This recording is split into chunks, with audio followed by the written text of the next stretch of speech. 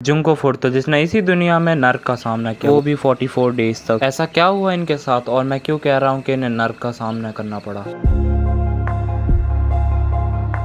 और ये वीडियो एक सच्ची घटना पर बनाई हुई है, तो इसे सोच के रोंगटे खड़े हो जाते हैं। जुंको फुर्तो जो एकदम सॉर्टेड रहने वाली और एक अच्छी पढ़ने वाली लड़की थी, और वो पॉपुलर भी थी क्योंकि उसके लुक्स बहुत ज्यादा अच्छे थे उसके स्कूल में। वो अपने पढ़ाई के साथ साथ और भी कामों में अच्छी थी। वो अपने स्कूल के बाद एक प्लास्टिक मोल्डिंग फैक्ट्री में काम करती थी। उसने अपने ग्रेजुएशन के बाद का भी सोच रखा था कि उसे क्या करना है। उसने ये सोच रखा था कि वो अपने ग्रेजुएशन के टाइम एक इलेक्ट्रिक शॉप में काम करेगी, पर यह दिन उसके लिए कभी आने ही नहीं वाला था। नवंबर 25, 1988 रात के 8:30 बजे जुंको हर दिन की तरह नॉर्मली अपने बाइक से अपने घर जा रही होती है, पर तभी एक मिनाटो नाम का लड़का उसके बाइक पे टक्कर मारता है और उसे नीचे गिरा देता है। मिनाटो कुछ करता ही जुंको के साथ, तब तक ही वहाँ पे एक मियानो नाम का लड़का आ जाता है और वो उसे बचा लेता है। मिनाटो उसे देख के भाग जाता है वहाँ से। मियानो जुंको से कहता है अभी के टाइम बाहर निकलना सेफ नहीं है, तो मैं तुम्हें तुम्हारे घर पे छोड़ देता हूँ। पर मियानो उसे उसके घर की जगह एक वेयर हाउस में ले जाता है, जहाँ पे वो उसे मारने की धमकी देता है और उसके साथ रेप करता है। फिर वो जुंको को एक पास ही के होटल में ले जाता है और वहाँ पे वो फिर से जुंको का रेप करता है। फिर मियानो मिनाटो को बुलाता है। Ogura 17 year old, Yasushi 17 years old, Minato 16 years old, Miyano 18 years old. इन चारों ने एक लड़की को कैद कर रखा था एक होटल रूम में,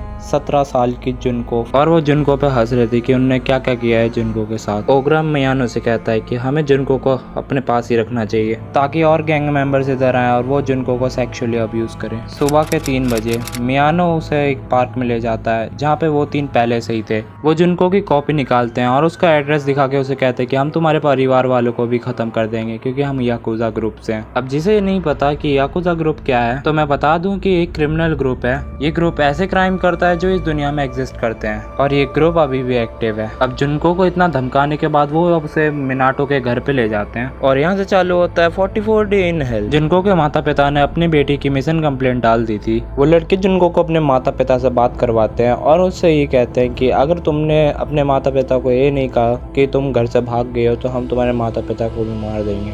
जुनको के माता पिता अपनी कंप्लेंट वापस ले लेते हैं। मिनाटो के घर पे भी पता चल जाता है कि उनके घर पे एक लड़की आई है। मिनाटो ये बोल कर टाल देता है कि वो बस उसकी गर्लफ्रेंड है, और वो जुनको को भी धमकाता है कि मेरी घर पे मेरी गर्लफ्रेंड जैसा एक्ट करना। आगे चीजें और बुरी होना चालू हो जाती हैं। मिनाटो अपने घर पे रात में 2 लड़के बुलाता है और वो खांसी की दवा पी के नशे में होने की एक्टिंग करता है, जिन्हें जुनको देख के भागने लगती है और चीखने लगती है। अभी तक मिनाटो के पेरेंट्स जग चुके होते हैं। मिनाटो से वो पूछते हैं कि क्या हुआ, तो मिनाटो उन्हें ही डरा देता है और कहता है कि कुछ नहीं हुआ। वो 2 बंदे जो बाहर से आए होते हैं वो जुनको का फेस पिलो से कवर कर देते हैं और उसका रेप करना चालू कर देते हैं। इस पॉइंट तक जुनको बेहोश हो जाती है और वो कंटिन्यूसली आंखें खुली करके सीलिन को देख रही होती है। मिनाटो के पेरेंट्स को भी पता चल जाता है कि जुनको के साथ कुछ तो गड़बड़ है, पर वो कुछ नहीं करते क्योंकि उन्हें डर होता है कि मिनाटो उन्हें भी मार देगा। चीजें और बुरी होना चालू हो जाती हैं। वो लड़के जुनको को कॉकरोच खाने को देते हैं और उसे ड्रिंक भी करवाते हैं। वो उसका रेप करते हैं और उसके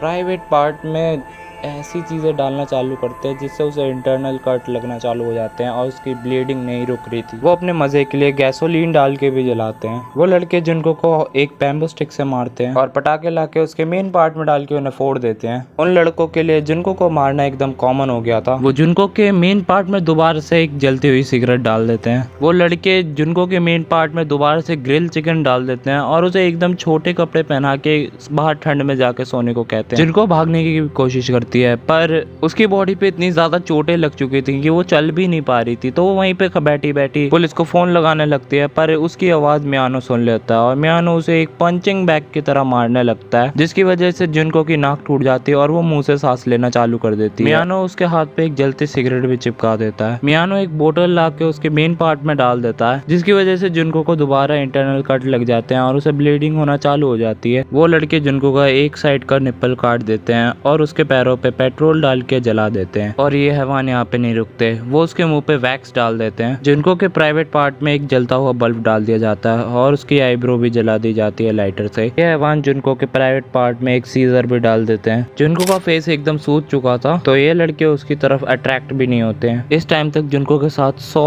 अलग अलग लोगों ने 500 बार रेप कर दिया था। जुनको का लास्ट डे इस हेल में। वो लड़के लगातार उसे आयरन रॉड से मार रहे होते हैं और वो उस आयरन रॉड को उसके मेन पार्ट में भी डाल देते हैं और उसे पेट्रोल से भी जला देते हैं। ये चीजें 2 घंटे तक चलती हैं या शायद उससे भी ज्यादा। जुनको अपना दम तोड़ देती है और इस हेल से आजाद हो जाती है। वो लड़के अपने हैवानियत यहाँ पे भी खत्म नहीं करते हैं। वो उसकी बॉडी को लेकर एक ड्रम में डाल देते हैं और उसमें सीमेंट भर देते हैं और कोटो जंगल में जो टोक्यो में है वहाँ पर फेंक आते हैं। जुनको के बारे में किसी को पता ही नहीं लगता। जुनको की तरह इनने और भी लड़कियों को किडनैप किया था, जिसमें से एक 19 साल की लड़की होती है। इनने उसका रेप करके उसे बाहर छोड़ दिया था और वो लड़की पुलिस स्टेशन में जाके कंप्लेंट दर्ज करवाती है और मियानो का घर बता देती है। पुलिस मियानो के घर जाती है और वहाँ पे एक 19 साल की लड़की की अंडरवेयर मिलती है उन्हें, और वहाँ पे ओगरा भी होता है। तो मियानो और ओगरा को दोनों को अरेस्ट कर लेते हैं। इन्वेस्टिगेशन के टाइम वो ओगरा से एक मर्डर के बारे में पूछते हैं जो हाल ही में हुआ था, और ओगरा ये सोच के कि वो जुनको के मर्डर के बारे में पूछ रहे हैं सब कुछ बता देता है। पुलिस थोड़ा कंफ्यूज होती है कि ये बंदा पता नहीं किस मर्डर के बारे में बता रहा है, पर ये एक क्राइम है तो